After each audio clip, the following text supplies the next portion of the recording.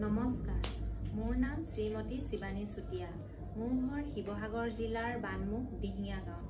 পোনপ্ৰথমে মই আসাম ফোক ডান্স টেলেণ্টৰ সমূহ বিষয়াববীয়ালৈ মোৰ ফালৰ পৰা আন্তৰিক শুভেচ্ছা জ্ঞাপন কৰিছোঁ।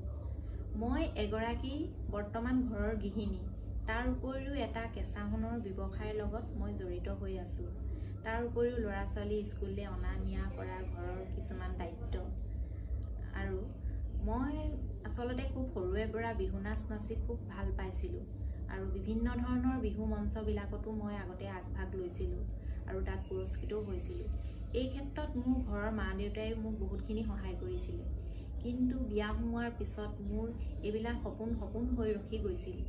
কিন্তু বৰ্তমান এইখন মঞ্চ পোৱাৰ বাবে পুনৰবাৰ মই এইখন মঞ্চ পোৱাৰ বাবে মই এইখন মঞ্চৰ যোগেদি মোৰ প্ৰতিভাবিলাক পৰিদৰ্শন কৰিবলৈ পাই মই বহুতখিনি আনন্দিত হৈছোঁ আৰু এইখন মঞ্চ আগলৈকে যাতে এনেদৰে আগবাঢ়ি যাওক তাৰে কামনা কৰিছোঁ মই।